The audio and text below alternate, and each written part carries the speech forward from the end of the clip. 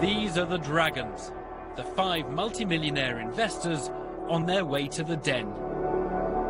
There, tonight, they will make or break the business dreams of dozens of budding entrepreneurs and inventors. Why would I want to give you £100,000? Don't do it. Don't waste your time on this. The credibility of your projections is shot. Selling something and making no money is easy. Anyone can do it. What you've done is mundane. The Dragons know what they're talking about. Powerful and wealthy now, they all built up their own fortunes from scratch. Deborah Meaden made her millions in the holiday and leisure industry in the West Country. Duncan Bannatyne is a Glaswegian entrepreneur whose £170 million empire includes health clubs, hotels and casinos. Theo Paphitis is a retail magnate who's transformed the fortunes of high street brands like Ryman, Licenza, Partners and Contessa. Richard Farley is based in Monaco and made his fortune as an investment banker and hedge fund manager, and he's now a prolific investor in UK startup companies. Peter Jones is one of Britain's most successful entrepreneurs. His multi-million-pound business empire ranges from telecoms and property to the media. In the den, the Dragons are ready to back the right businesses with their own money. But tonight, will anyone convince them to invest?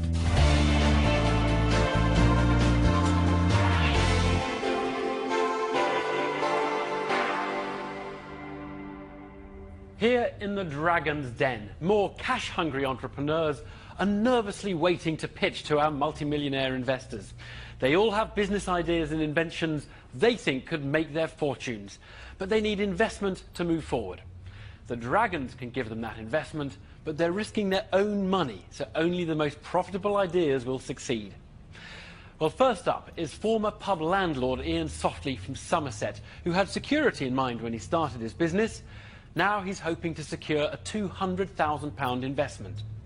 Remember Dragon's Den rules, though. They state he has to get all the money he's come for, or he leaves without a penny.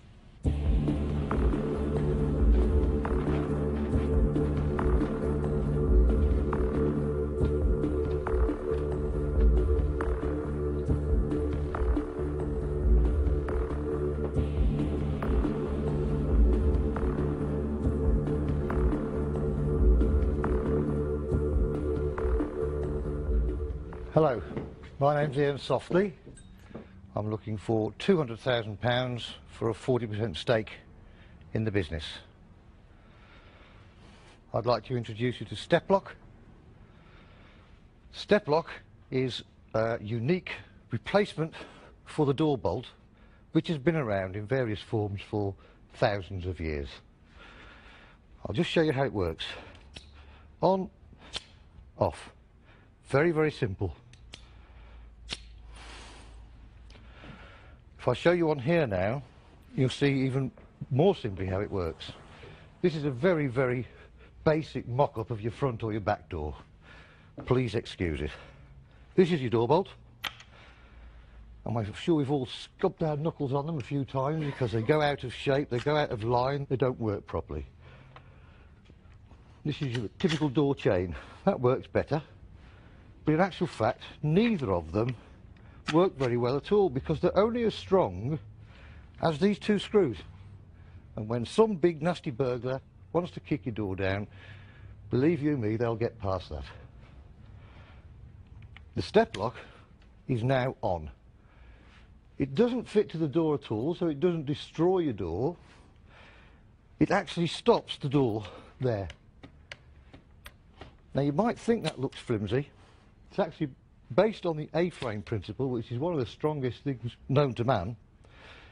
And so far, we have been unable to break it. We've never found a test that would break it. That's the step lock. Any questions? I'd like to hear them. Can I have a look at it, Ian? Yes, certainly. Ian Softley needs £200,000 to mass-produce his step lock, which he's pitching as a more secure alternative to standard door bolts. But Richard Farley is already bemused by Ian's confident claims. Hi, Ian, I'm Richard. Hello, Richard. You said that a burglar could break that quite easily. I guess really the burglar protection is basically the main lock. It's not these peripheral things, is it? Good point. Which is That's much absolutely stronger right. than a few screws. So I don't really follow that part of your presentation. Okay, well, you have to then talk to crime prevention officers and people like that know about crime and how it happens. Ian, sorry, what Richard's talking about is a mortise lock. Okay? Yes. Now, if there's a mortise lock on, Yes. surely it's stronger than your lock. Most mortise locks are strong and they're good enough to keep burglars out, except when they've got a key. And in this day and age, they're clever. So We all have. yours is particular protection against a burglar who happens to have a key to my front door, for example. Yeah. Okay. Ian, I need to look at that because I don't understand. I thought you put that on when you were in the house. Can I look at it? That's the one way round it. Look at the one that you've brought here today. Yes. But if I've gone out, this is inside of the door. Yep. If I've gone out, Yep. I can't put this on, can I? That's correct. Okay, so a burglar with a key can come in anyway. Yes, that's correct. We'll just sit down. It's a bad start for Ian. He's quickly faltered under the scrutiny of Duncan Bannatyne and Richard Farley. Peter Jones wants to inspect the step lock more closely. Ian, can I have a look at the door? Yeah. The lock. I wish you wouldn't use it as an example. I'm only showing you because of the action. That's all. Because the action is so new, there isn't anything else like this, you see. The bolt has been around for years. Are you saying that somebody couldn't kick through that? We've never found a way that you can kick Peter, through. you're not going to kick through it, are you?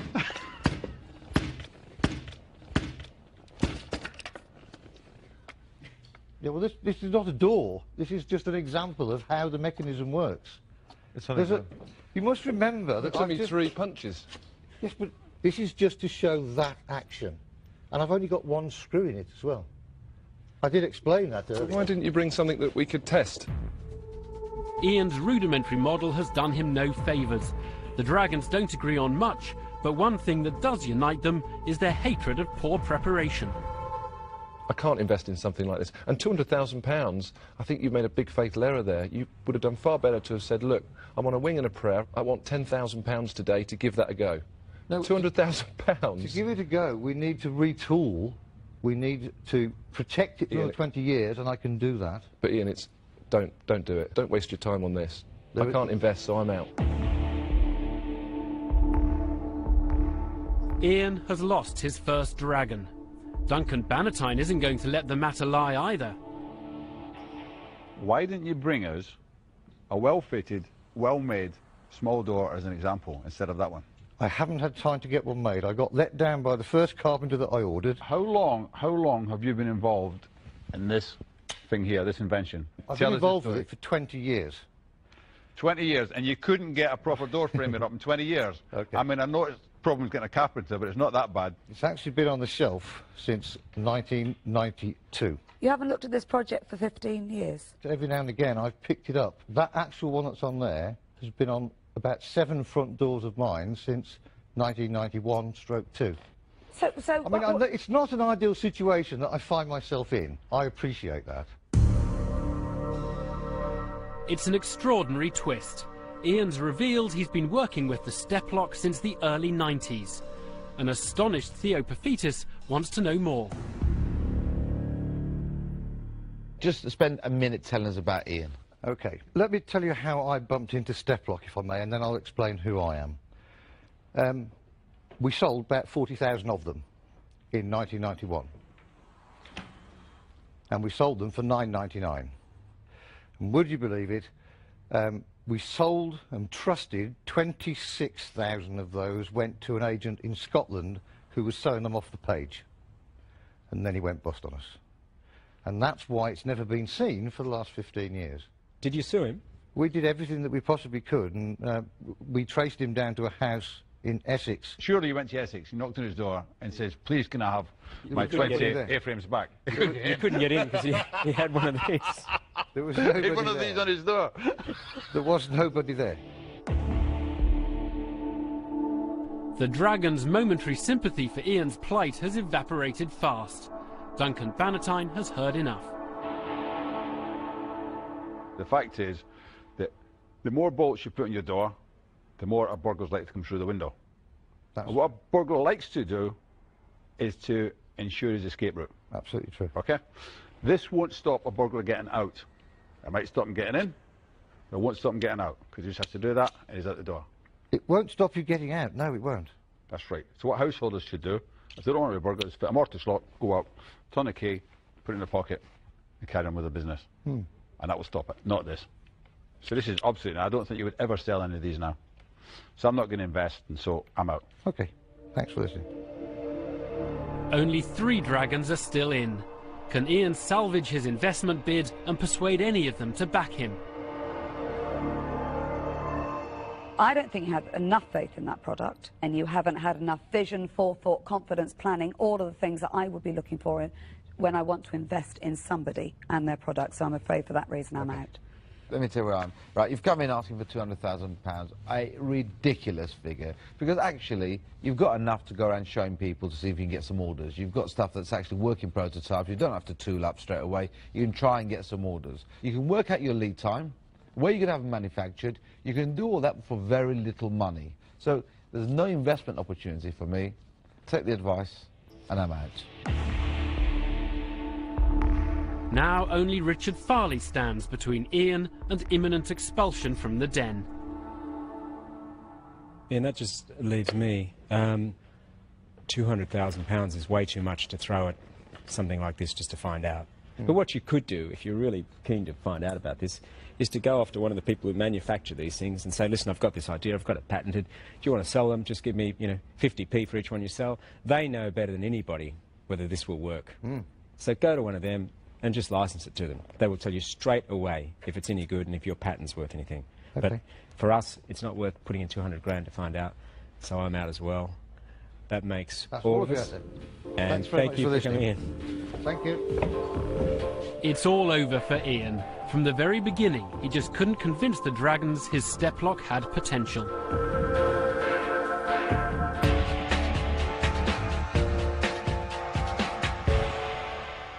Well, Ian, I'm imagining you're feeling quite frustrated at that. Well, yes, but quite simply, our prop let me down. I shouldn't have bought it in the first place. You going to give this your full-time attention, or is it still going to remain in the drawer for another few I haven't years? decided yet. If it's shell-shocked at the moment. Well done, anyway. Okay.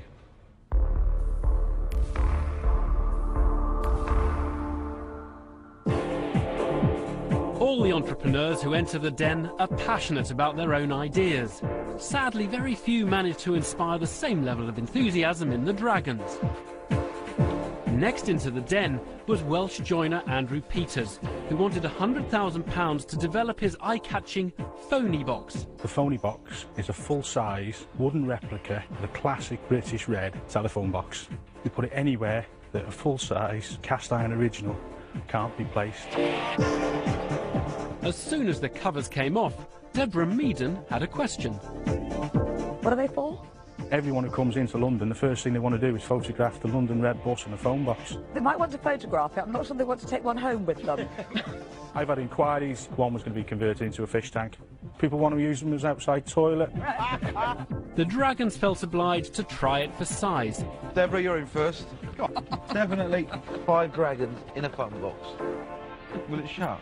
Yeah, it will, it close on its own time. Oh, mind your head. Ow. But Theopophetus couldn't engage with the business proposition. Why would I want to give you £100,000?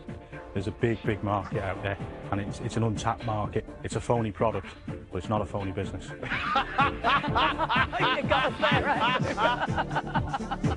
And Peter Jones drew the conversation to a quick close. I can't get serious with you. It's a wooden telephone box. So I'm going to declare myself out.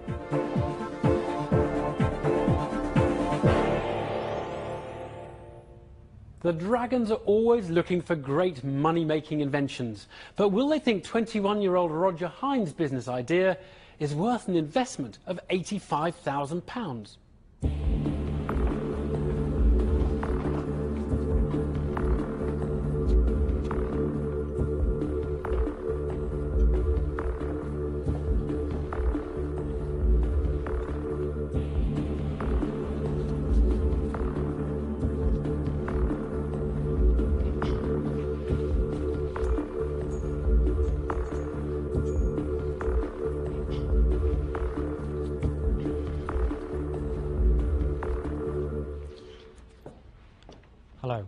I'm Roger Hind. I'm here today with my product Rotomate. I'm looking for £85,000 for a 15% share in the business.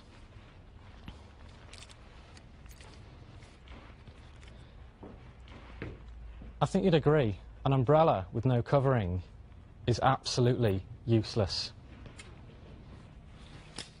Yet for decades, rotary clothes airers have stood in gardens unquestioned.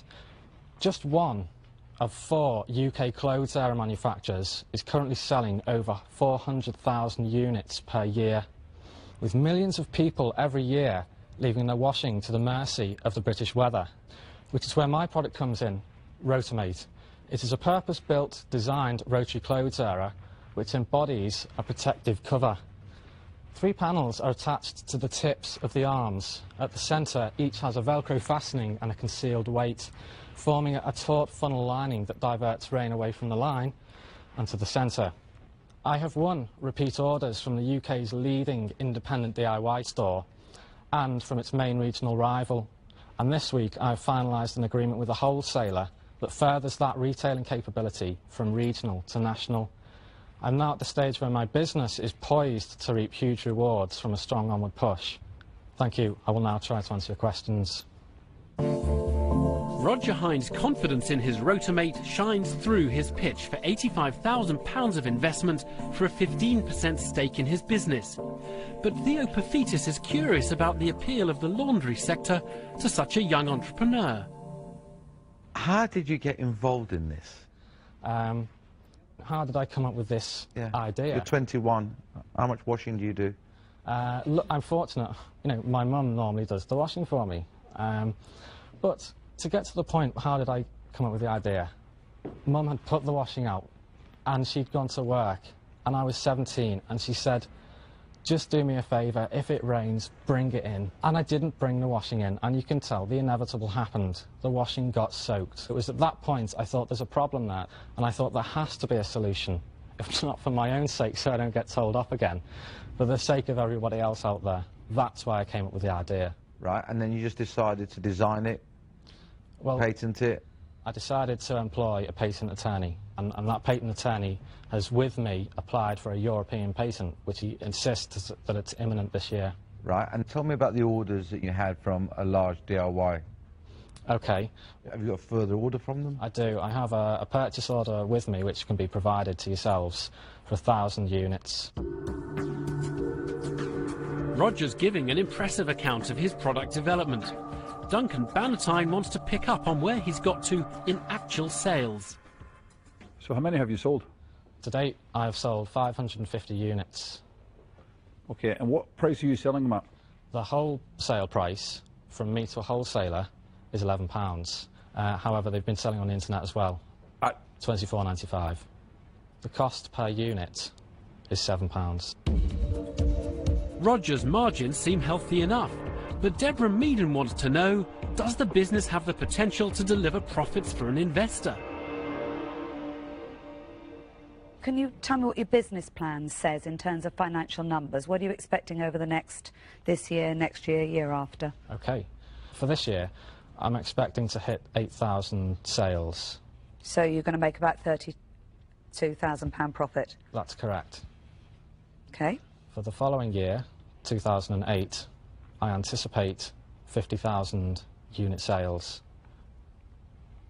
For the year after, I predict a rise to 250,000 units. Basically, the wholesaler I've recently finalised the agreement with, I know for a fact, sell 26,000 units a year. This wholesaler is one of 6.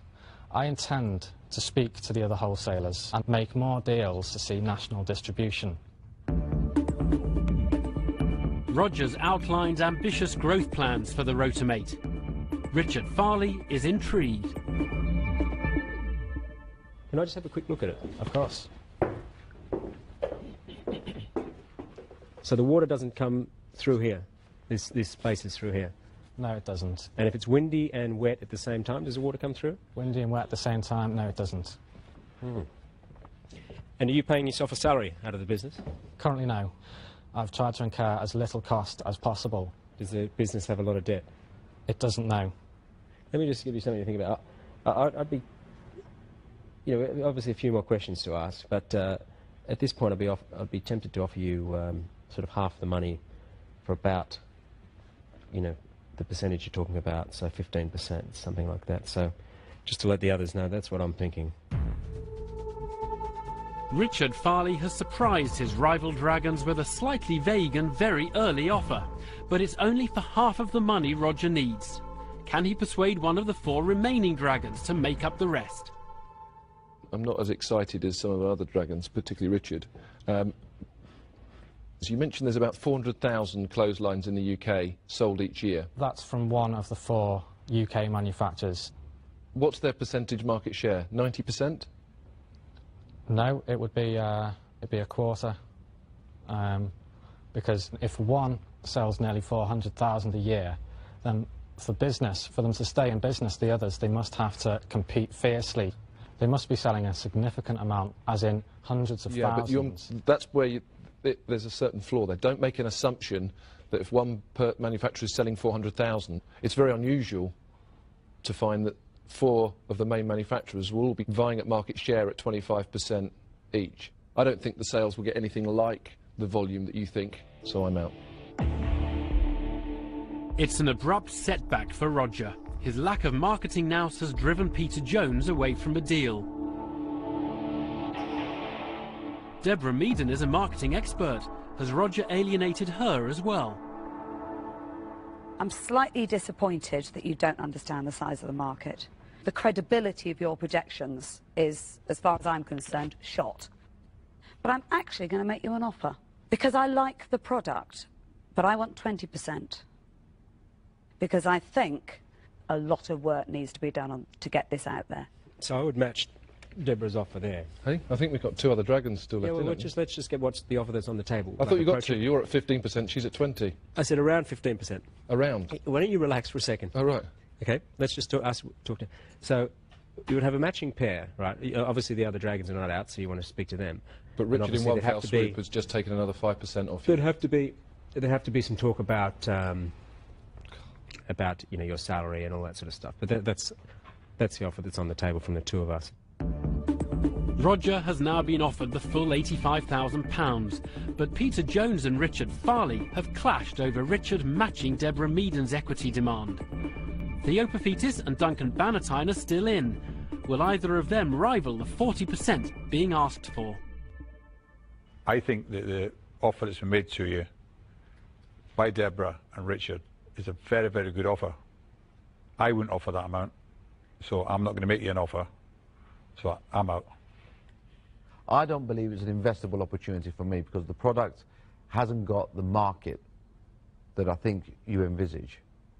So I'm not going to make you an offer.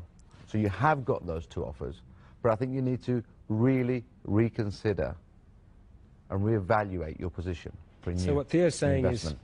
is, our offer is a lousy one, but he's not going to make a better one. The dragons are furious with each other, but in the midst of it all, Roger has a crucial decision to make. Okay, well, to those that are out, thank you. As regards the offer that stands for the capital injected and the advice and the assistance that can be provided by... Roger, just before you do this, and I'm sorry to cut in, because I want you to actually start questioning the deal that's been put in front of you. You were offered, at the first deal, by somebody, half the money for 15%. Somebody came in at 20%, and now the whole deal's now at 40%. I think there's something wrong with One Peter's last hearing. thing, try and I think there's something wrong with negotiate. Peter's hearing. I said, I'd like to hear more conversation, and I said around about your level. So for me, 20%, 15%, there's nothing disingenuous about it. It's just, that's probably, I mean, in some ways, as Duncan said, £130,000 for your business is probably generous, you know. For me, I'm backing... Oh, this is backing, cringy. For me, I'm backing you, because I've seen what you've done in the last 4 years. You're not... Well, listen, you can listen to these guys. make him a better They offer can then, make him Peter. an offer. I'm Make not an offer. interested in the product. Make an offer. If our offer is disingenuous, right? Why don't you let the make an guy offer. speak instead of rabbiting Because you're on? speaking. Make an offer, Peter. Go on, come back in and make an offer. Roger, would you like to give the 2 people feedback? It's one of the fiercest arguments between the dragons the Den has ever seen. A bitter schism has opened up, with Peter Jones advising Roger not to give away as much as 40% for the £85,000. Where I'm up to in my thoughts is, because as I say, it's my first project, I want to see it through. I want to make it work. I know I need assistance in certain areas, and I do believe that both Richard and Deborah can offer with this. So I'd like to accept the offer. Terrific. Well done. Good decision, Roger. Well done. Well done, mate. Thank you. Well done. Yeah, look forward to work. After an incredibly tumultuous session, Roger is leaving with his investment. But in the Den, the disagreements continue. 40% is outrageous. Well, it's got profits of It's 21. If it was a more experienced, he would have negotiated down. Well, he wouldn't have got it from me. He wouldn't have moved down. Eh? You should have given him a better offer.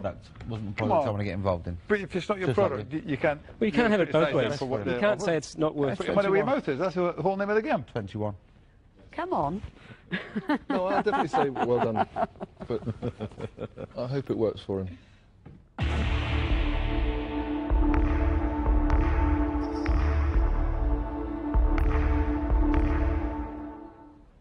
Roger, quite a marathon. Are you pleased with the offer you've got? Yes, I am.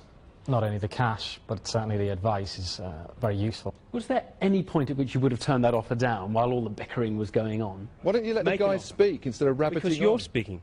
There actually was, and it was something I was unsure about until I said, I've come to a decision. It was very difficult, very difficult. Very, very well done. Thank you very much.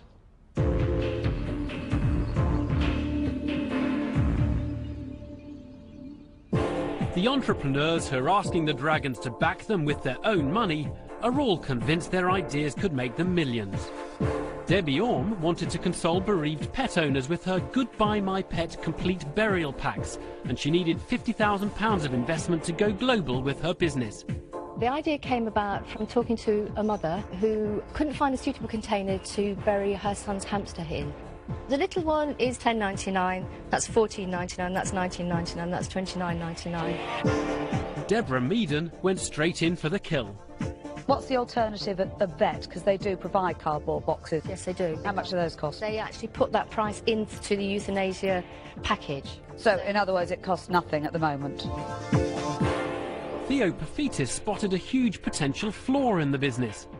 What happens if this is a rip-roaring success and all the pet shops will say, we'll do our own? Well, they might do. I can't stop them. And all the dragons had grave doubts about investing. What you've come up with Goodbye My Pet, if I was to put money in it, it would be Goodbye My Money. This is emotional, yes. A business idea, no. It goes straight into the dead parrot school of business.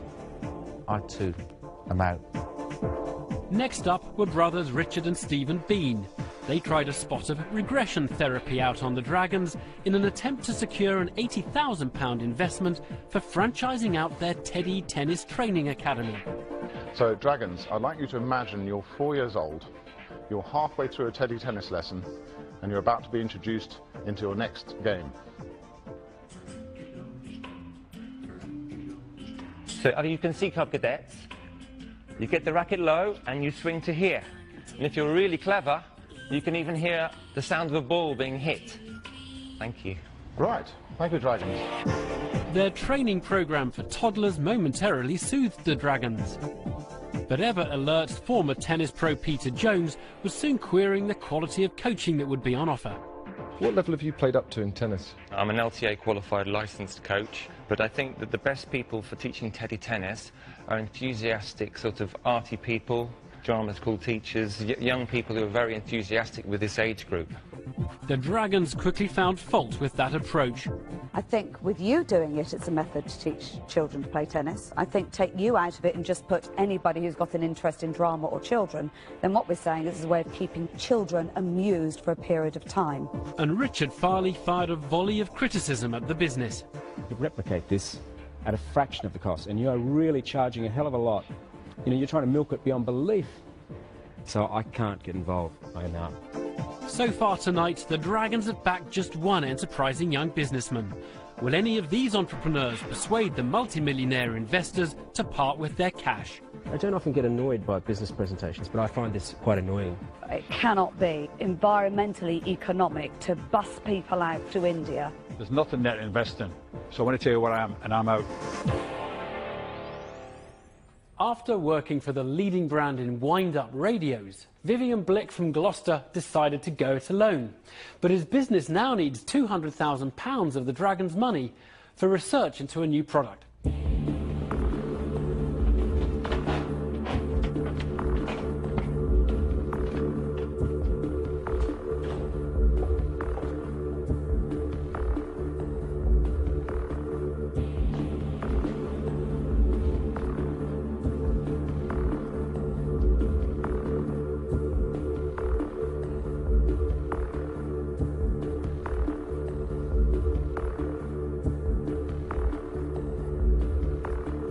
Hello, my name is Vivian Blick, Managing Director of Tango Group Limited. I'm here today to offer 5% equity in Tango Group in return for a £200,000 cash investment. We distribute a range of alternative energy products that we've developed ourselves, plus a range of products that we distribute for other people, including the world famous wind-up radio, more recently the world's smallest hydrogen fuel cell powered car. But specifically, what I'd like to talk about today is H2O power, water power. This cell that I'm showing you now is fully recyclable and has an indefinite shelf life. If I apply just some water,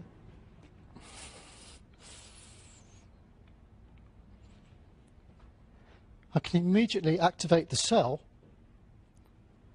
which starts to generate 1.5 volts of electricity.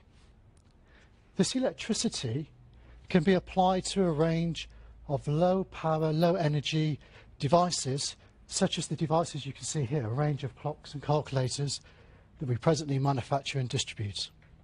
This is our second generation cell, and the £200,000 investment that I'm looking for today will be used to go to the fourth generation, whereby we can run portable radios, DVD players, etc. The market potential is huge. The battery business worldwide is worth in excess of $50 billion per annum and is growing year on year. Last year alone, we in the UK dumped 300 million dead batteries into landfill. This product is a viable solution both environmentally but also from a financial investment point of view.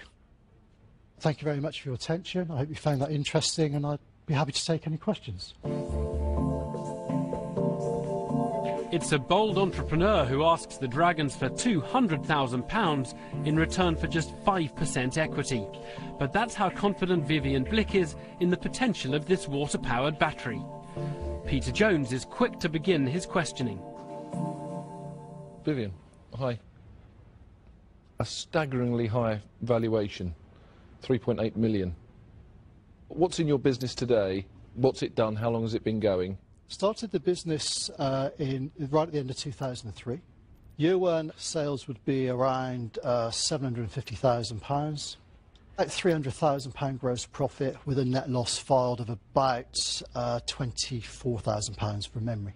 Okay, then year two? Turnover was £1.2 million, and we also filed a loss that year as well of £49,000. Okay, and then year three?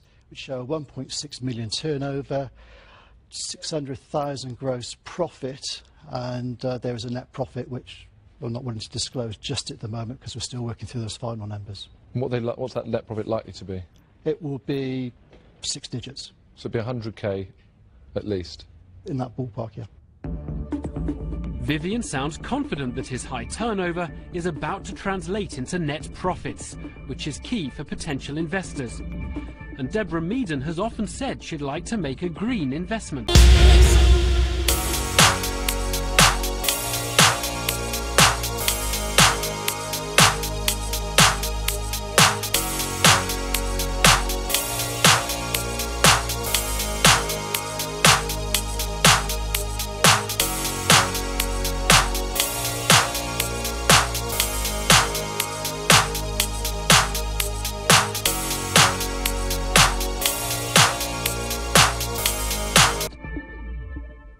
Vivian, anybody else doing this?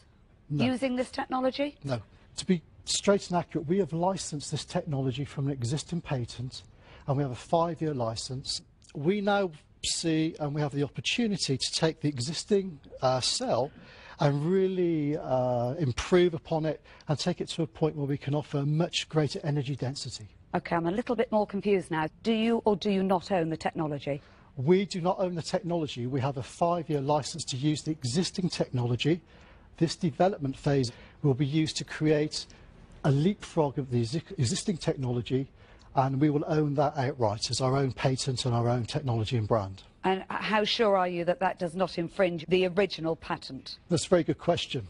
The technology that exists at the moment is just ready. It's crying out to go to the next stage. We know how to do that.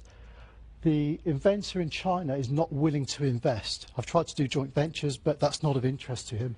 We won't infringe his patent. What it will do is show additional novelty and enough dissimilar intellectual property to actually be worthy of its own patent in its own right. The scrutiny of Deborah Meaden has revealed a potential flaw in Vivian's case. He doesn't own the patent for the current battery and will have to embark on high-tech research and development to ensure he can patent an improved version. Theo Paphitis has been looking increasingly concerned. You've got distribution in the UK? Correct. Not the rest of the world? No.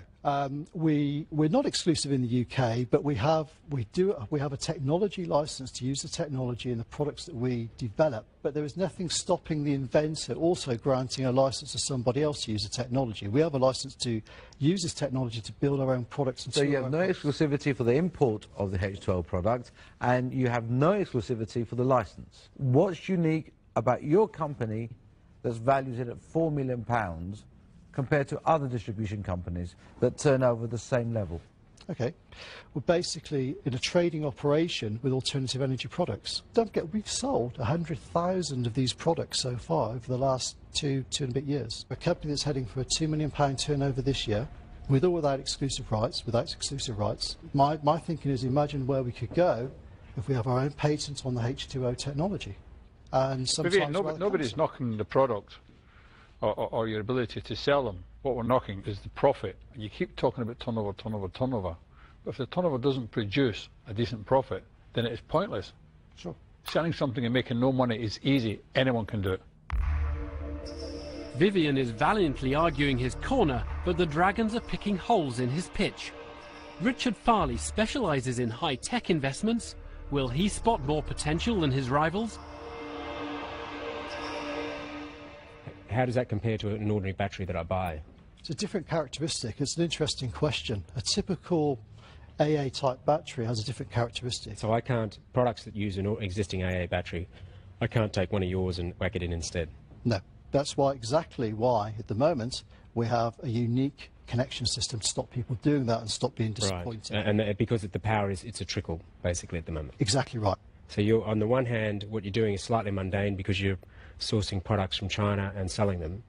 On the other hand, you're really pushing forward this high-tech side of the business. Correct, yes, excuse me. And when I compare the high-tech part that you've done, you haven't done anything which is not already being done by hundreds of companies out there. And I know that for a fact.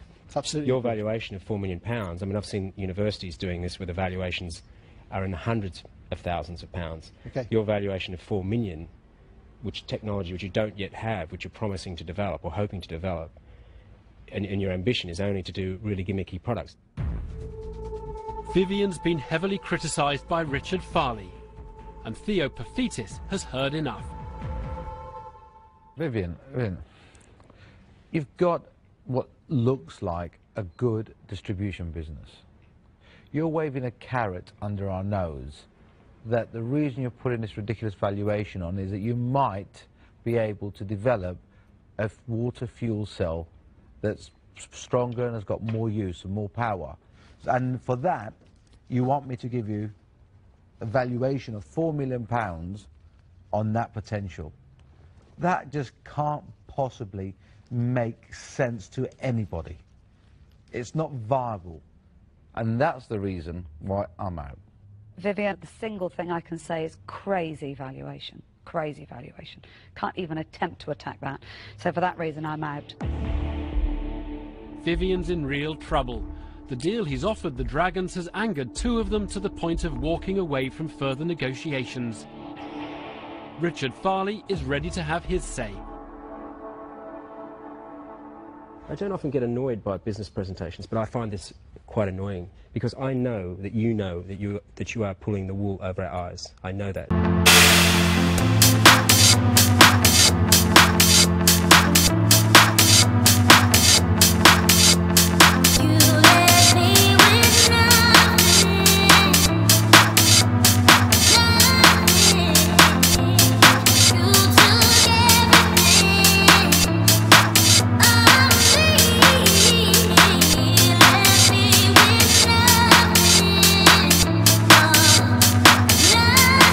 Because what you've done is mundane compared to what I know are hundreds of companies out there developing fuel cells, and I believe you are trying to pull the wool over our eyes. So I don't often get annoyed by people asking me for money, but I think that you have come in here really trying to pull one over us. I find that fairly insulting. I'm sorry, but that's just how I feel. I'm not trying to pull the wool over anyone's eyes. I've been very open. Have you tried to raise money before for this business? No. Well, why not? Has you got any government grants? If this is such a great green breakthrough, you know, that is going to change the world, right? Has the government given you any money? I haven't asked them for any money. Well, why not? I'm not familiar with this territory, in all honesty. I think the real answer to the government is because if you went to the government, they would not give you money. Because you're not a technology company, you're not a university outfit, you're not full of PhDs cracking the frontiers of fuel cells, and you've designed some toys which run off trickle power. So I believe that you know full well this business is not worth £4 million. So I'm out as well. Well, I think that's actually a slight on my character, because I don't know that at all. I'm not trying to pull the wool over anyone's eyes. The den was tense already, but now you could cut the atmosphere with a knife. Only Peter Jones and Duncan Bannatyne stand between Vivian and failure in the den. Vivian, I totally disagree with Richard insofar as I don't think you're trying to pull the wool over our eyes. I think what you are doing is overvaluing your business, simple as that. And I think you should just admit that. That's what's happening. I don't think there's anything devious going on here at all. But that aside, the fact that you don't own the patent to this, I actually think is a major problem. If you came here with the lovely Chinese guy and he was perhaps part of your business, I think that would really strengthen the offer today. And that's actually why I'm not going to invest, and I don't want to condemn your business idea, because I think you're clearly a good guy, but it's just a shame for me that you didn't have the inventor on your team, and that's the only reason why I'm out. Peter Jones might not agree with rival Richard Farley's conclusions, but like him, he's rejected Vivian's bid for investment. It's left to Duncan Bannatyne to have the final word. He thinks you're winding us up. He thinks you're a nice guy. You know, at the end of the day, I don't really care. And it doesn't really matter whether you try to pull the wool over my eyes or whether you try to wind me up. At the end of the day, you've no patent, you've no exclusivity, there's nothing there to invest in. So I want to tell you where I am, and I'm out. I'm not investing, I'm out. Fine, okay.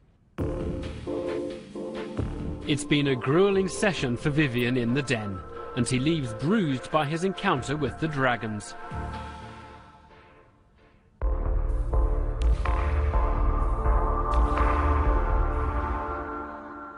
Vivian, that took quite a surprising turn, didn't it? A little bit, yeah. I was not expecting Richard to be so aggressive on my character. I know that you are pulling the wool over our eyes. I know that. I think it was unfounded, and I'm a little bit shocked, to be honest. Now let's go through what he was saying. He was saying you must have known that there are other people out there doing the work on this kind of fuel cell or similar battery. Well, they've hidden it very well, because we're the only people selling a water-powered battery anywhere in the world that I'm aware of. So the only saving grace, I think, with Peter, the good decency to say that he could see that perhaps I wasn't a con artist, which is, I'm still reeling from those shocking comments, to be honest. Quite unfair, and where they came from, I don't know. Okay. Well done all the same. Thank you.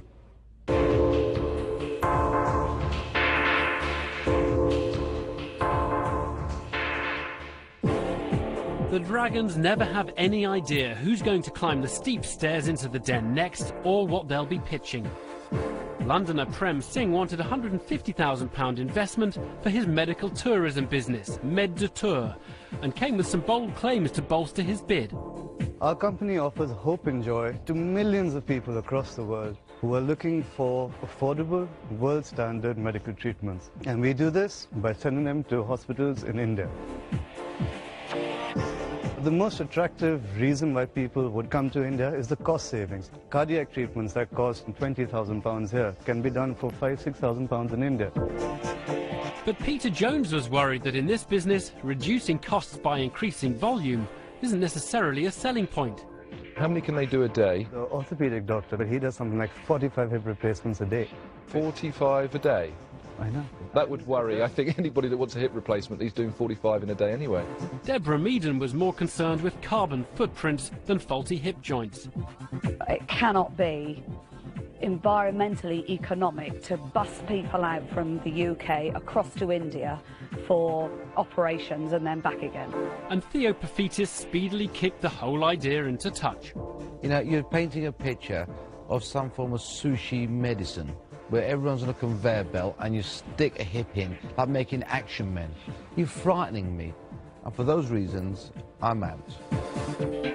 Next up was Reggie Donnell from Belfast, who had invented a domestic fire escape concealed in a fake drain pipe and wanted a £200,000 investment.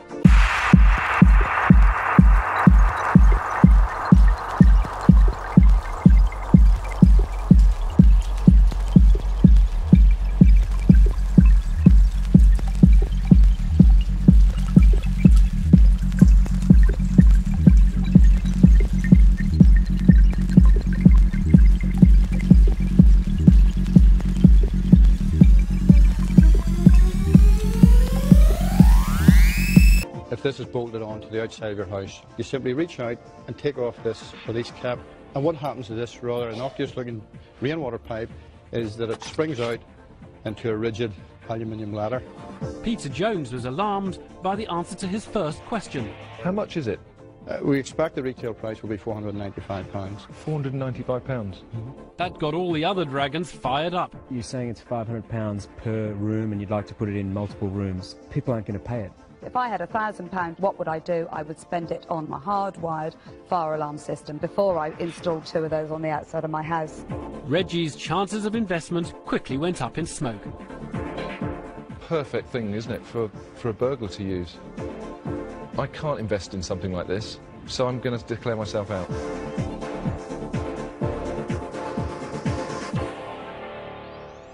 Next up is a former dancer and choreographer from Carlisle, Denise Hutton. She's asking for £50,000 to fund ambitious expansion plans for her business. But will the dragons entertain this investment opportunity?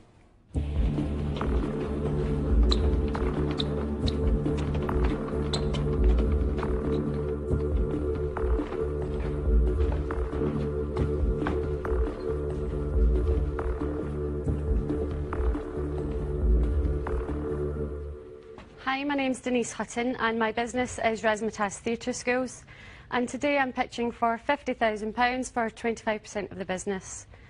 Razzmatazz is a part-time children's theatre school.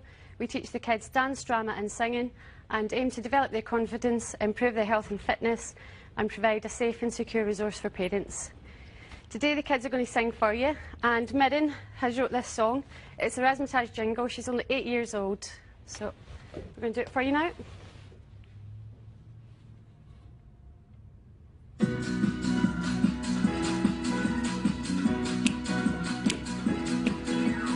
Dance all night, sing so right. So let's all go to Razzmatazz, Razzmatazz. Come join us, bring your friends, it'll be so cool at Razzmatazz.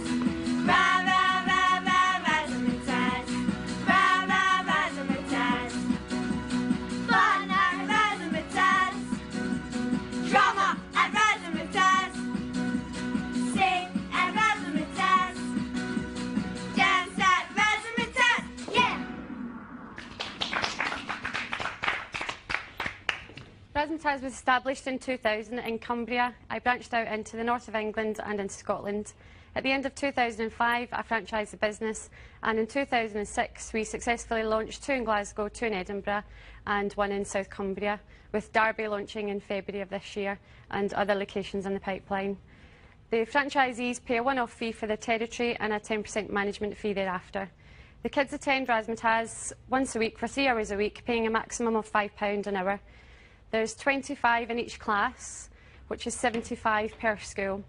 There's 12 weeks a term and 3 terms a year. This equates annually to around about a turnover of £40,000, expenses of £10,000, so a net profit before tax of around £30,000. Razzmatazz would use the Dragon's investment to launch 10 more schools in the UK. It's a good investment because the franchise is up and running and it's proving successful. I propose at the end of year 3 you would get your £50,000 back, plus an estimated profit of £40,000.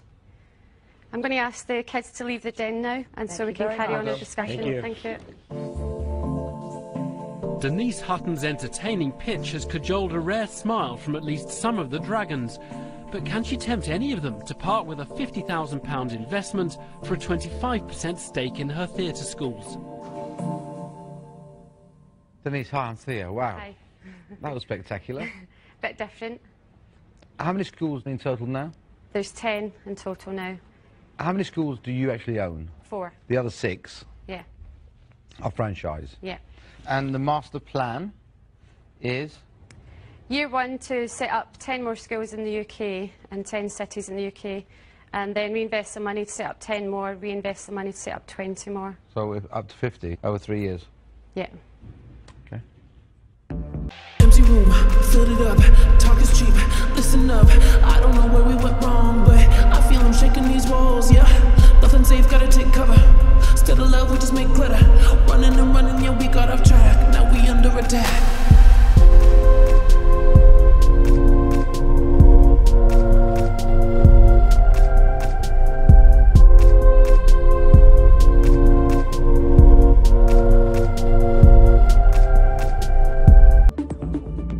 Denise is clearly ambitious with plans for rapid expansion. Duncan Bannatyne wants to grill her further. Denise, what's your competition? Stagecoach is the main competitor, and they've got 600 schools in the UK. That's right, yeah. My children went to Stagecoach. Yeah. What is it? Is it dancing, or is it dancing and a bit of acting, or? They do dance, drama and singing. So they have 1 week they do all musical theatre, and the next week it's all pop and street dance and things like that, so they're getting a good mixture. Can you tell me what your profit is over the last 3 years? 2005, about 28,000. 28. Bottom line profit, pre-tax? Yeah. Right. 2004? 2004, probably about 20,000. Right. And the previous year? 2003? Probably about 18,000. And is that after you taking a salary? The first year, well, the first couple of years I didn't really take a salary, but I do now, yeah. So when somebody gets a franchise and they pay you a one-off fee, Yeah. what fee do they pay you? Between 5 to 10,000. Right. And do you put any of that money into setting them up? Yeah. If they paid 5,000, about 3,000. Yeah. So you make about 5,000 or 6,000 out of each, up Can to do. 6,000 out of each franchise that open. Yeah, and then 10%. 10% of what? Of the turnover. Which is about? If they've got 100% occupancy, about 40,000. Right. But they give you 10%, whatever the figure is. Yeah. Denise is confidently painting a clear picture of a potentially cash-rich operation. But that's raised issues of its own for Peter Jones. Denise, what do you need £50,000 from me for? Well, I would use the £50,000 to set up the franchises so that they don't have to approach a bank. You're going to become a moneylender? It's just a quicker way to set up. But Denise, you're going to go and find franchisees and then you're going to lend them the money to pay you. That's just one option. We don't have to do that. Is it a factor which is affecting your expansion, people not prepared to pay No. the £5,000? No. Well, if it's not, then you should totally forget it, because you take away one of the key pivotal points of franchising. I'm not sure I know what you mean. The financial commitment that they gave you day one.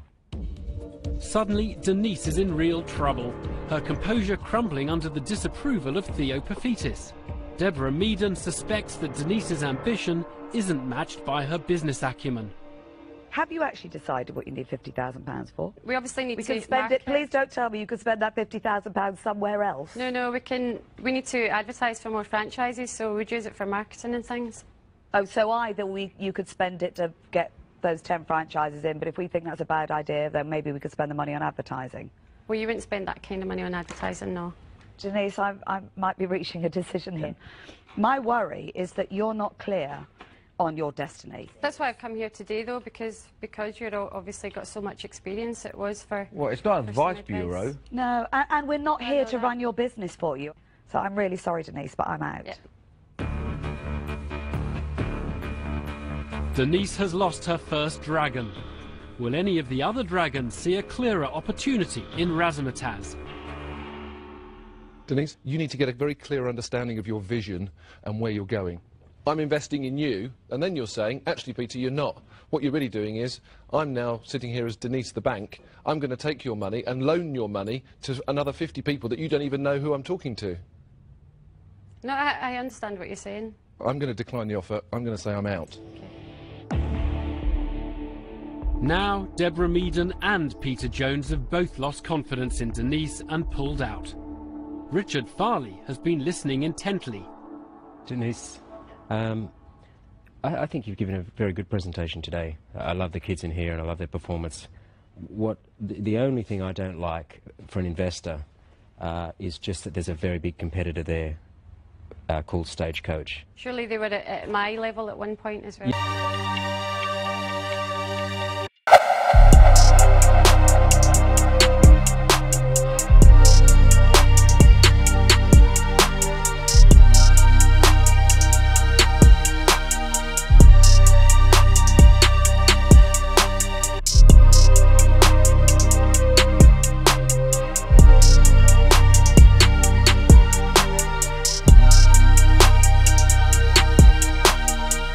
Yeah, they were, and when they did that, there was no big competitor. Yeah.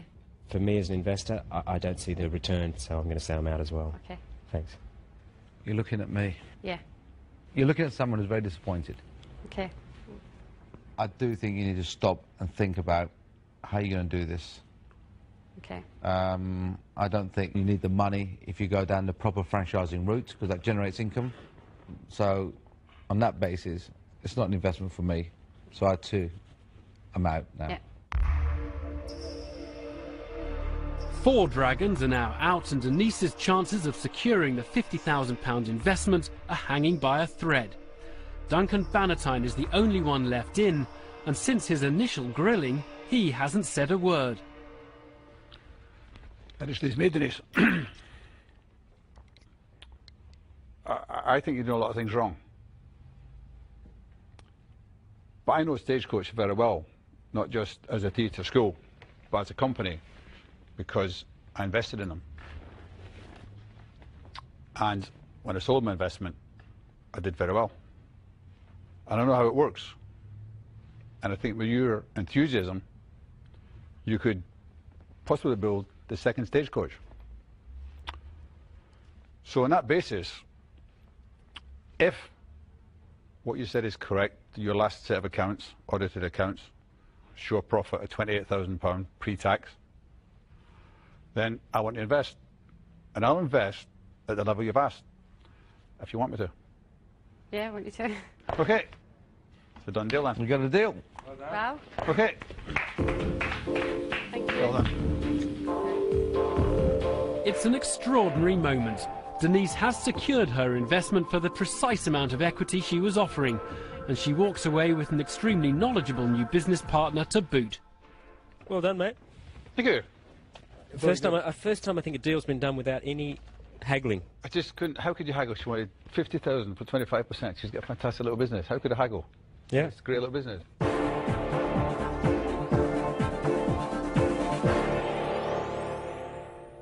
Denise, you didn't even have to argue when you got your money. Are you happy? I'm over the moon. Totally over the moon. Now, we're a bit of a bombshell when Duncan said, I had shares in Stagecoach, right? Yeah. With your enthusiasm, you could possibly build the second Stagecoach. He said he made money from it, so he knows the potential, doesn't he? So. Do you think maybe you should have bid for a bit more now? No, I'm happy. You really are happy? Yeah, yeah. Okay, well, very well done and good luck. Thank you.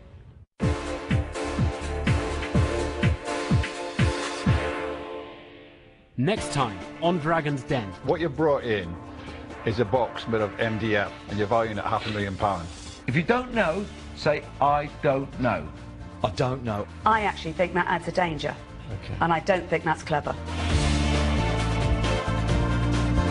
how our entrepreneurs feel before they climb the stairs into the den, visit our website, where you'll also find revealing interviews with the dragons themselves. That's bbc.co.uk/Dragons Den. Politics, lust and drama next on BBC Two, and then Buzzcocks at 10.